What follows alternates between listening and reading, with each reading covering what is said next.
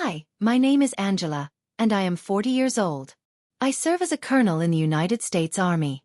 My life has been defined by silence, order, and the kind of discipline that doesn't come from choice, but from survival. People often see the uniform and think strength was born in me, but in truth, it was carved out of cold nights, locked doors, and a family that chose to erase me. The memory I carry most vividly isn't of medals or parades. It's of a wooden shed behind the house where I grew up. I can still smell the damp wood and rusted tools. I was only a child, shivering on the floor, my knees pulled up to my chest, trying to stay warm beneath a torn piece of burlap.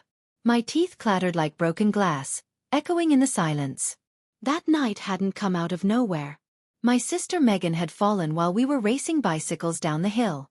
Her arm bent in a way that made me scream for help. I begged for forgiveness before anyone had even blamed me.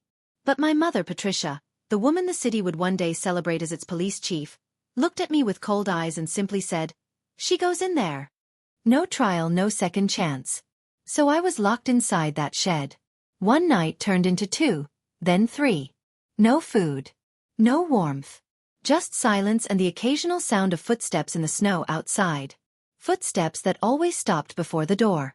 By the second night, I learned not to move because every twitch made the cold sharper. By the third night, I stopped crying because tears only froze on my face. When they finally opened the door, there was no apology. Just a muttered line, "Maybe now you'll think next time." The sun felt like fire on my skin after so much darkness, but it didn't feel like freedom. It felt like a warning. That was the moment I understood. In my mother's eyes, I was not a daughter. I was a mistake. Those nights in the shed became the blueprint of my life. They taught me silence. They taught me how to shrink until I was nearly invisible. But they also planted something my mother and sister never expected. An iron in my bones that no cold could break. It was from that silence I built myself. And it was from that silence I swore one day I would rise where they could no longer deny me. When I turned 18, I made the only choice that felt like freedom. I enlisted in the United States Army. Walking away from that house, from Patricia and Megan, felt less like leaving and more like shedding a skin that had never fit me. The Army was brutal, but its brutality had rules. Pain was measured, structured, earned. Unlike home, it was never random. I pushed harder than anyone expected. Every drill, every march, every sleepless night was another way of proving that I could not be broken. I graduated top of my class at the military academy. They handed me a plaque that day, but in the front row where families sat, the seat with my name on it stayed empty. Patricia never came. Neither did Megan. 4 years, I buried myself in missions that the public would never hear about. Counterintelligence in Berlin, extraction in Jakarta, months underground decoding transmissions that could have started wars.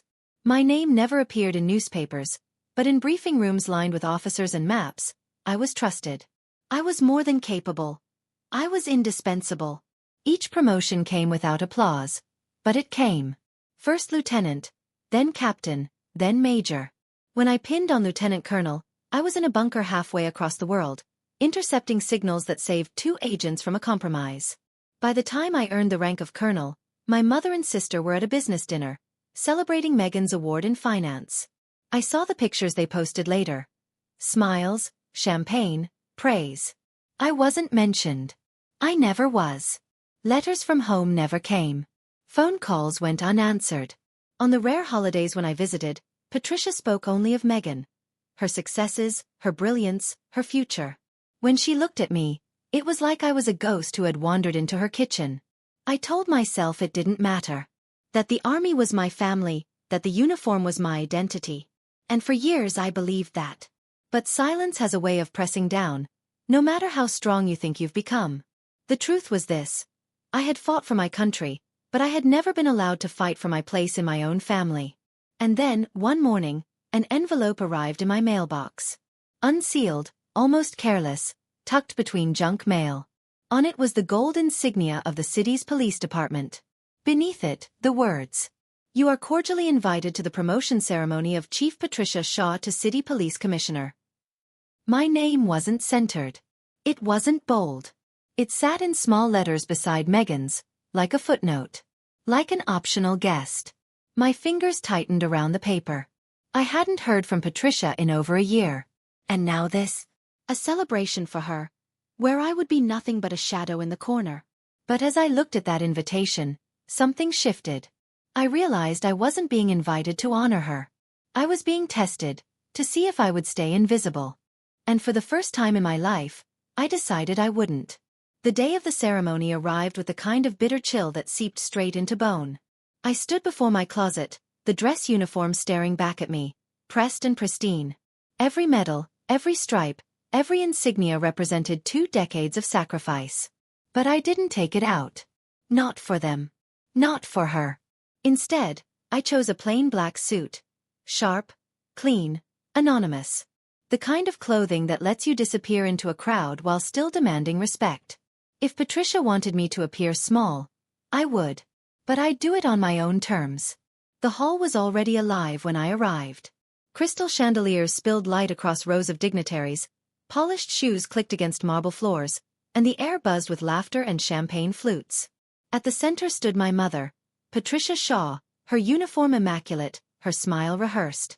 She looked every inch the celebrated figure. The city's new police commissioner. Beside her, Megan stood tall in a designer dress, beaming like it was her promotion too. She clung to Patricia's arm as if she owned a piece of the spotlight. Their faces radiated pride, perfection. An image carefully crafted for cameras. And then there was me. Just another shadow at the edge of the room. The ceremony began with speeches. The mayor praised Patricia's integrity. The governor lauded her leadership. My name was never spoken. Not once. Megan's, however, was. Twice. I stood still, every word like a stone pressed into my chest. I reminded myself to breathe, to control every flicker of emotion. But control only lasts so long. Because then it happened. A security guard approached me quietly, his face tight with discomfort. "Ma'am," he muttered, "I'm going to have to ask you to step outside." For a moment, I thought I'd misheard. "Excuse me?" I asked. He wouldn't meet my eyes. "Orders." "Commissioner's request." The crowd parted as if on cue. Eyes turned. Cameras tilted. Megan's lips curled into something between pity and triumph. Patricia didn't even look at me. She kept smiling, shaking hands with officials as if I didn't exist. I walked toward the exit with my shoulders squared, my jaw locked. Each step was a war between rage and restraint. Every guest's whisper followed me like smoke. By the time I reached the lawn outside, reporters had already lifted their phones. Their flashes caught my face as I was escorted off the property. "Estranged daughter removed from ceremony," one muttered. "Didn't expect her to show up," another added. No one asked why. No one cared. I clenched my fists as the gate closed behind me. The humiliation burned, but beneath it, something harder began to take shape. They wanted me gone. They wanted me erased. But they had just given me the stage I needed to be seen. I stood outside the gates, the echo of polite applause from inside still ringing like a taunt. My chest felt heavy, but not with shame. This time it was fury. For decades I had carried silence like armor, but now that silence had been ripped away in front of an entire city. The ground beneath my feet began to tremble before I even registered the sound. A low, rhythmic thump rolled across the lawn, rattling champagne glasses and cutting through the laughter. Heads turned upward. Shadows swept over the crowd as rotor blades carved through the sky. A helicopter descended onto the manicured grass, its downdraft tearing through tablecloths and scattering the mayor's notes into the air.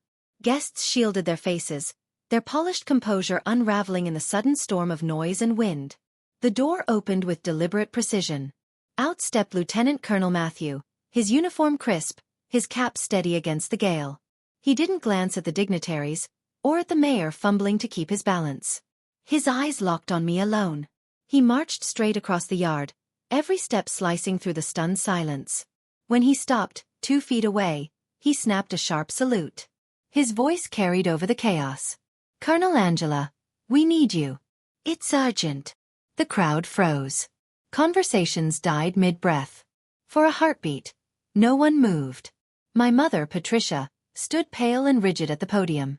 Megan clutched her glass so tightly I thought it might shatter. I returned Matthew's salute with measured precision. My voice was calm, steady, deliberate. "Understood." Matthew turned toward the audience, his posture rigid, his words loud enough for every guest and every camera. Apologies for the intrusion. This officer is required immediately in connection with a breach tied to Operation Sigma.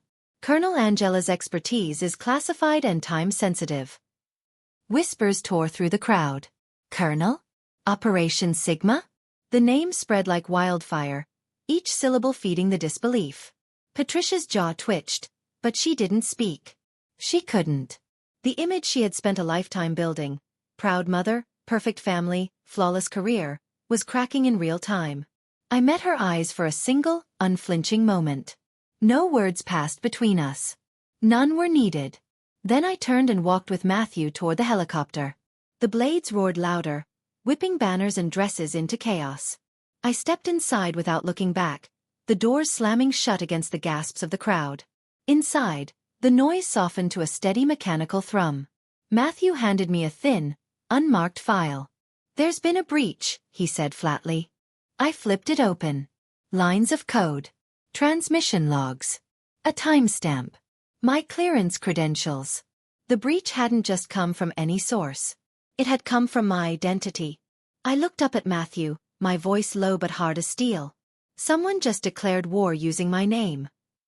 The helicopter landed at a secure facility buried beneath layers of concrete and red tape.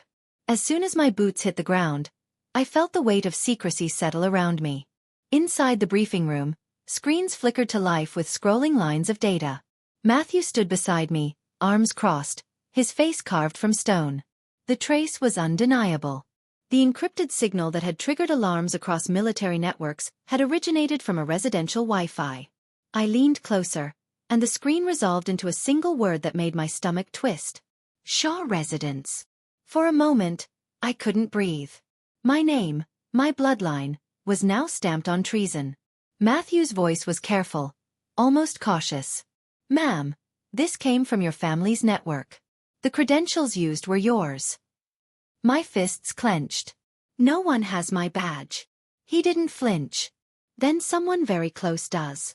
I stared at the screen as if I could burn it into ashes with my eyes. Memories crashed into me. Patricia smiling for cameras, Megan soaking in applause while I was escorted off the lawn. My humiliation wasn't random. It had been staged. Later that night, my phone buzzed with a message. The sender's name stopped my heart. Grace. "Eve, do you remember that winter?" "I do. I never forgot." Her words were a whisper from the past, a witness finally breaking silence.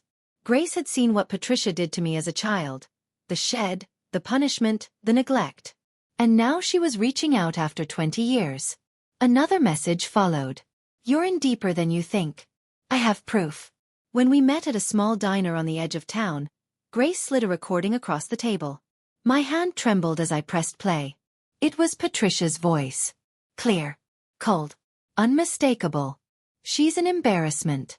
Keep her outside. Don't let her ruin this night." I replayed it 3 times, each word cutting deeper than the last.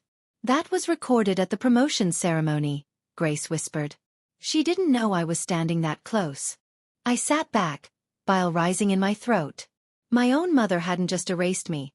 She had orchestrated my removal, and now, with Megan's help, she had stolen my identity to cover their tracks. Patricia had climbed her way to commissioner, polishing a perfect image. Megan had thrived in her shadow, always praised, always favored. And me? I was the disposable piece, the ghost they used when they needed a name to burn. But they had miscalculated one thing. I wasn't a child in a shed anymore. Grace leaned across the diner table, her eyes scanning me like she was afraid I might break. "Angela," she whispered, "this isn't just sloppy hacking. It's personal. Whoever did this wants your career gone." I sipped the bitter coffee, my hand steady even as my chest burned. "Patricia and Megan," I muttered. "It has their fingerprints all over it." Grace opened her laptop, pulling up a timeline she'd been compiling. Lines of data filled the screen. Logins, timestamps, file names. "Look here," she pointed. Megan accessed restricted documents under a civilian shell account.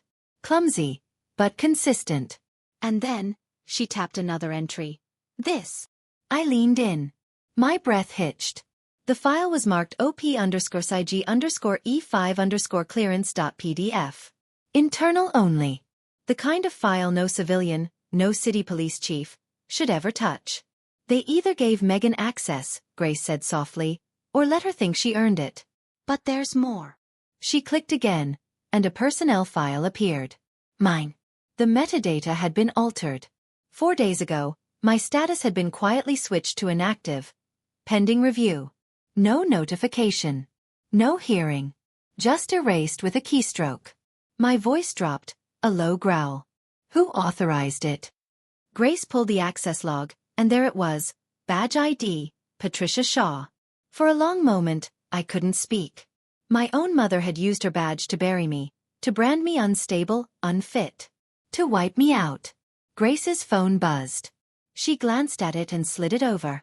A new voicemail, Patricia's voice dripping with venom. She was always in the way. Even as a child. The recording made my blood run cold, but it also lit something fierce inside me. For 20 years, silence had been my prison. Patricia's silence. Meghan's silence. My own silence. I wasn't going to stay quiet anymore. I stood, sliding a thin manila folder from my bag and placing it between us. Grace's eyes widened. What is this? My life, I said. Missions, commendations, transcripts. Everything they buried. We're going to show the world the truth. She hesitated. Angela, once this is out, there's no going back. I met her gaze, my voice like steel. Good. I've spent my entire life erased. It's time they finally see me. The National Veterans Forum was packed wall to wall. Rows of uniforms, veterans with ribbons pinned to their chests, families clutching programs in their laps, and cameras lined up like a firing squad at the back. I stood behind the curtain, my palms steady, my breath controlled. For the first time in decades, I wasn't hiding. The announcer's voice rang out. Please welcome Colonel Angela Shaw, United States Army. The room shifted with confusion. Murmurs rippled through the crowd. They hadn't expected me. That was the point. I stepped onto the stage in full dress blues. My medals gleamed under the lights, decades of silence now visible in silver and bronze. I carried a folder in my hands, the proof Patricia had tried to bury. For 20 years, I began, my voice steady but sharp, I served in silence. Not because I failed but because truth was inconvenient. My missions were hidden, my commendations sealed, my name erased, not for security, but for someone else's comfort. Gasps rippled across the room. I opened the folder and held up pages stamped with classification marks. Operation Fenrir. Operation Sigma. Black Site Reconnaissance. My record was locked away by those who feared what it might reveal. And while I was serving overseas, my own family, the people you see celebrated in the city, were using my silence to build their legacy. Screens lit up around the hall as Grace's exposé went live in real time. Recordings of Patricia's voice played through the speakers. She's an embarrassment. Keep her outside. The audience flinched. Then came the final blow. Patricia's badge ID authorizing the freeze on my file. And a blurred photo of Meghan logged into a restricted military terminal she had no right to access. The silence in the room was suffocating.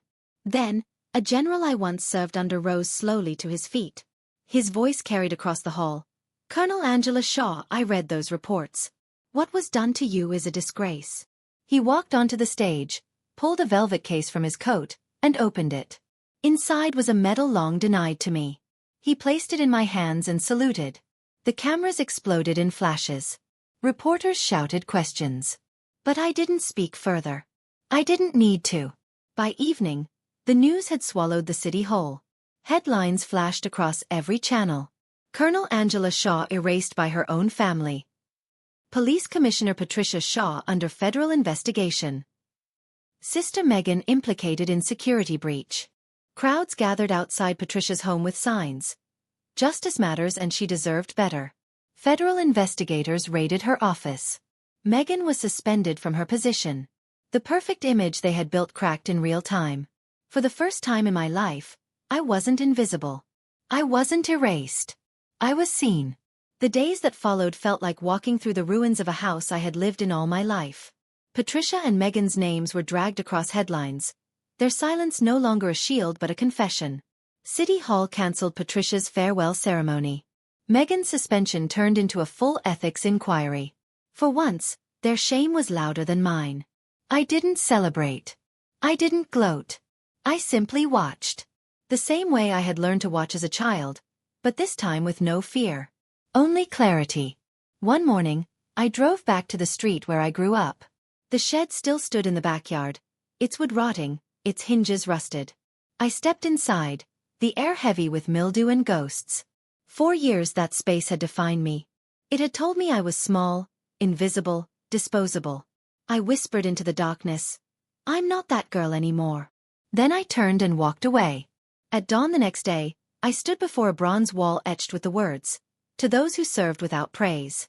I placed my colonel's insignia at its base, not as a surrender, but as an offering. A piece of the silence I was finally ready to let go of. Weeks later, the mayor of the city invited me to a ceremony at City Hall. Rows of veterans, school children, and families filled the square. Grace stood off to the side, phone lowered this time, just watching. The mayor's voice carried across the crowd. "Colonel Angela Shaw served in silence, but today we honor her in the light." He handed me a blue velvet box. Inside was the City Medallion of Honor, the first ever given to a woman in uniform from our community. Applause rose, not deafening, but steady and real. I took the podium, scanning the faces before me. For years, I thought silence was survival. That disappearing was the only way to endure. But justice doesn't come from hiding. It comes from standing tall, even when your own family tries to erase you. In the crowd, a little girl no older than 9 lifted her hand in a shaky salute. Her blazer hung too large on her shoulders, but her eyes were steady. "I want to be like you," she whispered when I knelt to meet her. I smiled faintly. "Then never hide. Stand tall." The applause swelled again as I rose, the weight of medals on my chest lighter than the silence I had carried for decades. I wasn't the girl in the shed anymore. I wasn't the daughter erased by a mother or overshadowed by a sister. I was Colonel Angela Shaw. Seen, heard, and finally free. This is my story. 4 years, my own family tried to erase me, to silence me, to bury me in shadows. But I chose to rise, to fight, and to be seen. I am Colonel Angela Shaw, and I am no longer invisible. But tell me this. If your own mother and sister betrayed you the way mine did, would you forgive them, or would you walk away forever?